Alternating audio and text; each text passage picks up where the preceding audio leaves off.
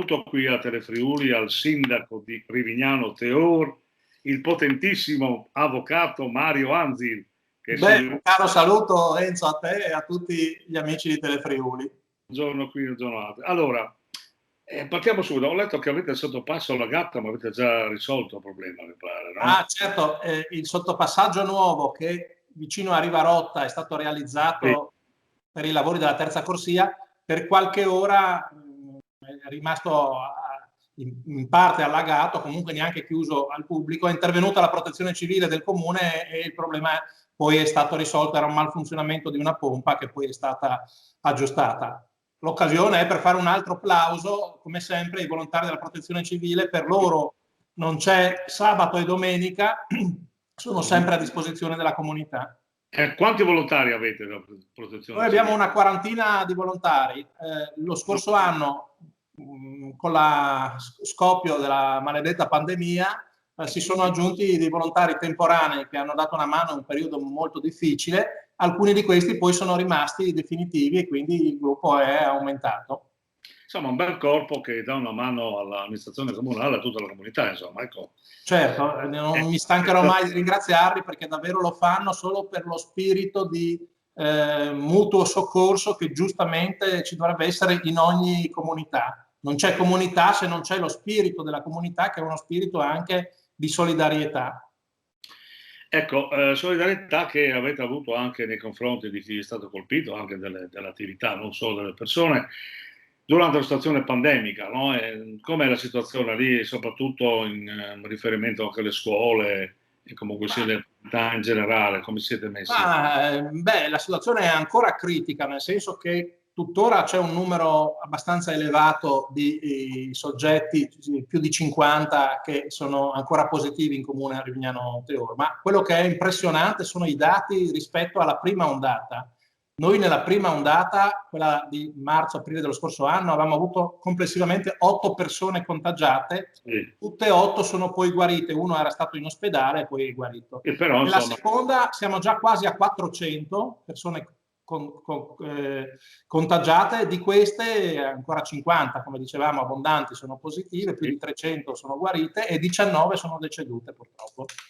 E quindi insomma una situazione insomma non facile, ecco, diciamola. No, l'invito è sempre a mantenere atteggiamenti di massima prudenza, perché l'emergenza non è risolta, e quindi fare sempre attenzione, non abbassare mai la guardia, perché il pericolo può essere dappertutto. Ecco, mi pare che comunque la sanità regionale dia fondo a tutte le risorse che ha, insomma, no? Mi pare che qui in regione possiamo anche essere, non dico soddisfatti, perché non si è mai soddisfatti, però il trend è positivo, insomma. No, certo, è una considerazione che io faccio sempre: se dovessi essere ammalato, forse non c'è un altro posto al mondo in cui vorrei essere per essere curato che non qui a casa mia, dove mi fido dei medici, della struttura, dell'organizzazione, insomma, della sanità regionale, che è sempre stata, insomma, un'eccellenza. Ecco, Sindaco, naturalmente proseguono anche i lavori pubblici, gli investimenti, eccetera.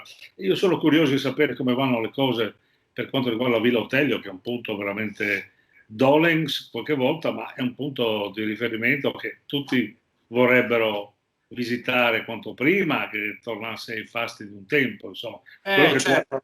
Sì, perché la Villa Otello Savognan, che è stata la dimora della vera Giulietta, e lì ha vissuto parte della sua storia d'amore con Romeo, è una dimora straordinaria, un luogo dove si sovrappongono epoche, già florida in epoca romana, e poi lì per secoli si è combattuto per il dominio del potere nel nostro Friuli.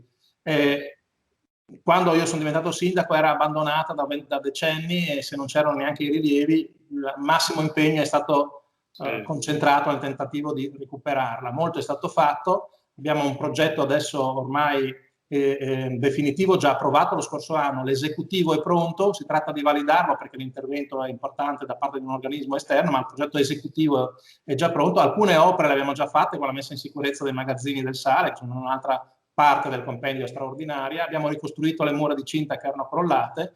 L'esecutivo contiamo di approvarlo entro il mese di marzo-aprile di quest'anno, e ci sarà poi la gara per i lavori, e quindi iniziare i lavori, insomma, entro quest'estate vedere il cantiere proprio per il recupero della villa. Un investimento importante, 2,5 milioni di euro circa, non sono sufficienti per completare l'intera villa. Nel frattempo, per finire l'ultimo piano e gli ultimi 2 piani, stiamo cercando ulteriori risorse. Ma intanto a quest'estate, se non succede qualcosa di imprevisto, i lavori nella Villa Otello Stravognano inizieranno. E l'invito è a tutti gli ascoltatori a fare un salto lì ad Aris. Anche adesso il posto è magico e chi lo visita se ne rende conto.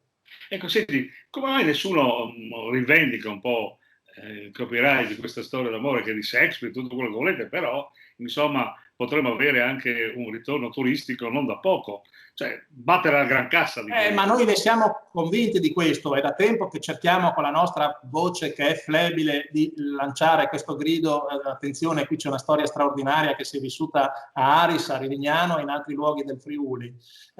Diversi ormai lo hanno compreso, abbiamo avuto quest'estate anche Sgarbi che ha visitato proprio la villa, incuriosito proprio da queste vicende di Giulietta, e ormai è una fonte storica incontestabile, cioè che lì ci abbia vissuto la vera Giulietta è ormai innegabile. Lo riconoscono anche a Verona, dove la storia è comunque ambientata, ed è stata ambientata là da Luigi da Porto perché non voleva che le persone venissero individuate, essendo una storia autobiografica che raccontava del suo amore per sua cugina, che si chiamava Lucina Savorgnan. Luigi da Porto non voleva certo creare scandalo, e quindi l'ha chiamata Giulietta come la sorella di Lucina e ha ambientato la storia a Verona. E quindi a Verona c'è il mito, ma la realtà è qui in Friuli, non solo ad Aris, merita essere valorizzata. Lo stiamo facendo anche adesso io e te un po', insomma. Sì, ma voglio dire, motivo in più per far sì che i nostri concittadini regionali vadano lì a Aris a vedere un po' il posto, se non altro, per capire il contesto, no? Certo. Esatto. Senti, altri investimenti, lavori pubblici oppure interventi presso scuole, strade, perché ciò che tu sei molto... Sì, noi abbiamo sempre, per merito soprattutto dei dipendenti che sono molto bravi e capaci, in particolare in questo settore, abbiamo un'attività di lavori pubblici ormai da tanti anni molto intensa, peraltro senza mai fare neanche un euro di debito. Questo è importante. Una volta i comuni facevano i mutui, e noi, il nuovo comune è nato il 1° gennaio 2014, di Rivignano Teor, dalla fusione di Rivignano Teor. Da allora mai nessun mutuo è stato contratto, però tantissime opere pubbliche già realizzate e altre in cantiere. Abbiamo la nuova grandissima piazza di Rivignano, che inizieranno anche qui i lavori quest'estate, e sarà una delle piazze, probabilmente uno dei paesi con la piazza più grande, perché siamo convinti che la piazza sia un luogo di socialità, di relazione. È uno degli obiettivi per creare dei luoghi dove sia più bello vivere, e l'amministratore non deve pensare solo agli anni in cui vive lui o amministra lui, magari pensando alle prossime elezioni. Deve immaginare come sarà il paese, come sarà la vita nei prossimi decenni, e deve, secondo me, cercare di fare il possibile perché il comune che amministra sia un posto dove sia bello vivere, così si può vincere la sfida. E noi in Friuli abbiamo tantissimi luoghi dove già è bello vivere, per cui siamo agevolati in questo lavoro. Tra parentesi, la piazza di Rivignano è il contesto, diciamo così, unico dove fate questa festa del Friuli, che mi pare che ha pochi uguali in regione, no? Sì, il 31 di ottobre, dove altrove si festeggia Halloween, noi abbiamo Cocis, Stris e Aganis, la nostra tradizione che da almeno 6 secoli, e certo, si svolge a cavallo tra ottobre e novembre, la festa dei morti, il mercato del giorno dei morti. Avete anche il festival, no? della canzone. C'è il 2 novembre il festival della canzone funebre, il 31 ottobre la festa del Friuli. Insomma, ci sono dei giorni tra ottobre e novembre dove qua si respira un'atmosfera unica. Si può, è l'unico, ci sono altri luoghi nel mondo in cui si apre una porta e puoi avere un dialogo con il mondo di chi è già stato. Ma a Rivignano è l'unico, il posto al mondo dove si aprono contemporaneamente 2 porte. Tu puoi dialogare con l'anima di chi ha già vissuto, ma anche, ecco, e qui è il caso unico, con l'anima di chi vivrà in futuro. È una magia che nella nebbia si ripete quasi ogni anno, perché l'anno scorso c'è stato qualcosa di strano, forse l'unico anno in cui non si è fatto. È una magia che si ripete sempre tra ottobre e novembre, nelle piazze. Un'altra magia che non riusciamo a capire come si risolverà sono le province, aree vaste o come vogliamo chiamarle. Tu che sei un sindaco, che sei anche molto, diciamo così, dinamico, e adesso se fai parte anche di un partito importante che ha scalato le classifiche come Fratelli d'Italia, che cosa ne pensi? Cosa succederà? Adesso, dopo aver parlato di magia, torniamo quindi al concreto, ma è giusto così. Sì, le province sono un tema molto importante. Sciaguratamente la precedente amministrazione regionale, guidata dalla Serracchiani, ha pensato di abolirle senza individuare una soluzione alternativa ragionevole e ci ha creato grandissimi problemi amministrativi ai comuni. Ora i danni di questa amministrazione sono stati in parte sanati dalla nuova amministrazione Fedriga, che ha abolito le UTI e le ha sostituite con delle comunità a cui noi apparterremo, a quella della Bassa Friulana, perché c'è una differenza fondamentale. Prima era obbligatorio partecipare con tutte le funzioni del comune, cioè praticamente il comune non esisteva più, faceva tutte le funzioni di questa UTI. Adesso invece ogni comune può partecipare con quello che davvero gli serve, quindi non è uno spreco. Cioè, a me serve per esempio solo la progettazione comunitaria, mi va bene di fare con gli altri comuni della Bassa i progetti comunitari assieme, faccio solo quello. Per il resto i tributi, l'anagrafe, io le riesco a fare perfettamente da solo, costano molto meno di qualsiasi altra organizzazione, li continuo a fare da solo. Il vero problema però, e l'hai individuato, non è tanto la parte, si dice destro, cioè distruggere i danni degli altri, è la parte in cui si costruisce.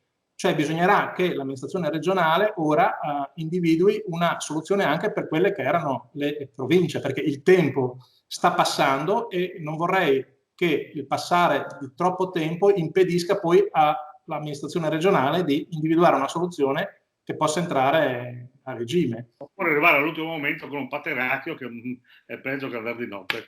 Bene, senti, voi avete aderito all'UTI, cioè all'UTI, scusa, alla comunità del Basso Friuli, no? Sì, la Riviera Friulana, che è quella con Pesana, Lignano, San Giorgio di Nogaro, tutti i comuni rivieraschi. Diciamo. Quindi siete già pronti per quel... Siete già come dicevo, Rivignano è una adesione a geometria variabile. Ogni comune aderisce con le funzioni in cui è debole e mettendosi insieme ad altri pensa di farlo meglio. Noi di Rivignano Teora aderiamo, e a questa funzione aderiscono tutti, solo con la progettazione comunitaria, come ti dicevo.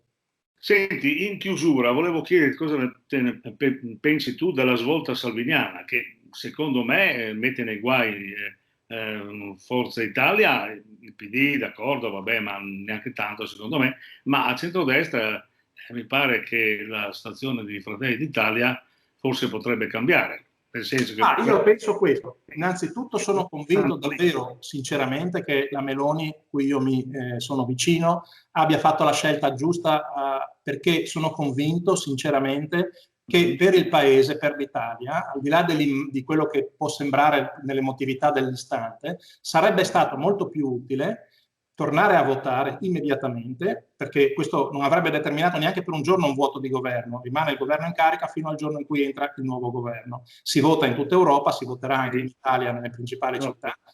Però dopo aver votato avremmo avuto un governo eletto dal popolo con un programma chiaro e quindi quel governo avrebbe portato avanti il suo programma. Invece così Draghi, per quanto bravo sia e non lo metto in dubbio, dovrà cercare di conciliare delle visioni totalmente opposte e temo sia molto difficile e comunque anche se riuscirà a farlo il risultato di compromesso temo sarà più dannoso per il Paese che non invece tornare a votare, per cui io sono convinto che la Meloni abbia fatto la scelta giusta di coerenza ma anche nell'interesse del Paese, senza contare che sarebbe assurdo se tutti fossero d'accordo perché non ci sarebbe un'opposizione, cioè non ci sarebbe una voce critica che dice guardate state sbagliando, cioè ci sarebbe un sistema quasi dittatoriale.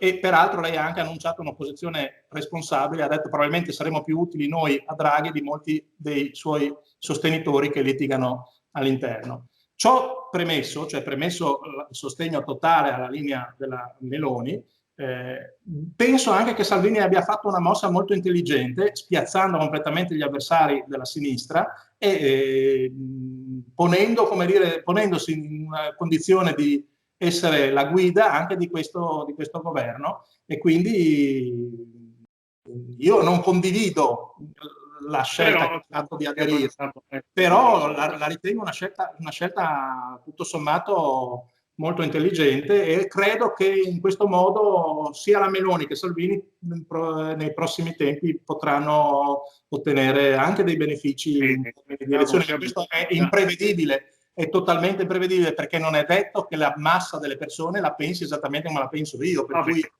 allora guarda, staremo a vedere. Mi tocca salutarti perché abbiamo sforato di brutto. Io ti ringrazio molto, naturalmente auguri a te e a tutta Rivignano. Grazie a voi e alla prossima.